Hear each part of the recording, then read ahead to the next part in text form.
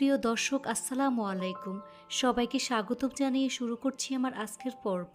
আজকে আমি আপনাদের আলু আর ডিম দিয়ে দারুণ মজার একটি নাস্তা তৈরি করে দেখাবো। এই নাস্তাটি তৈরি করা খুবই সহজ। ঘরে থাকা সামান্য উপকরণ দিয়ে ঝটপট তৈরি করে নিতে পারবেন। খেতে কিন্তু অসম্ভব মজার হয়। আশা করছি আমার আজকের এই রেসিপিটি সবার কাছে ভীষণ ভালো লাগবে। তো চলুন রেসিপিটি দেখে নিচ্ছি। এই রেসিপিটি তৈরি করার জন্য প্রথমে একটি মিক্সিং বলে 2টি মিডিয়াম সাইজের আলু এইরকম ফিঙ্গারের মতো শেপ দিয়ে কেটে নিয়েছি।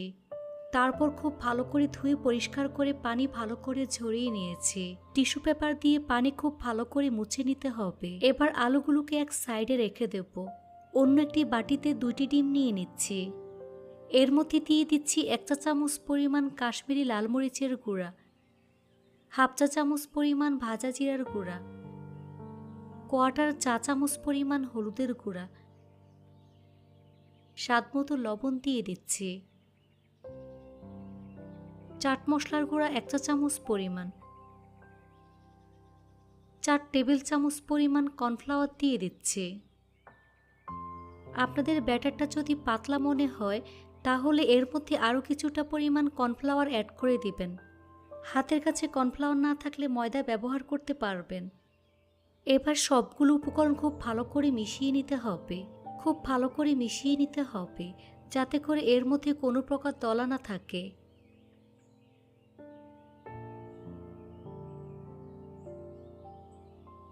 দেখুন এর ঘনত্বটা ঠিক এরকম হবে।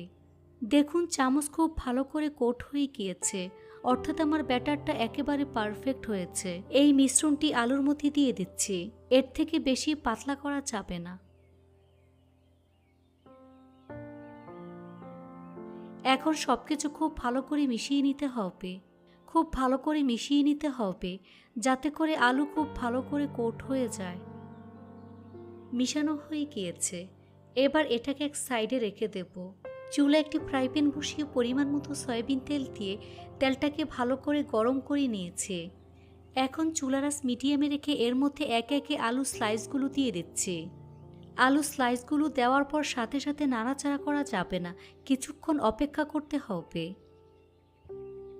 নিচের সাইড যখন মোটামুটি ভাজা হয়ে যাবে তখন এগুলোকে উল্টে দিচ্ছি।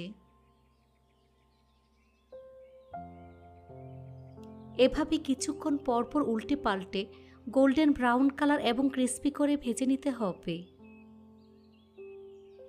ভাজা হয়ে গিয়েছে। এখন ছাঁকনি দিয়ে তেল ছেঁকে নাস্তার প্লেটে নিয়ে নিচ্ছি। তারপর পরিবেশন করে আপনাদের দেখিয়ে দিচ্ছি। দেখুন আমার নাস্তাগুলো দেখতে মাশাআল্লাহ কতটা সুন্দর এবং কতটা লোভনীয় হয়েছে। খেতে কিন্তু অসম্ভব মজার হয়েছে। এই রমজানে একবার হলেও তৈরি করে দেখবেন। আশা করছি আমার আজকের এই রেসিপিটি সবার কাছে ভীষণ ভালো লেগেছে। সবাই অনেক বেশি ভালো থাকবেন। আল্লাহ হাফেজ।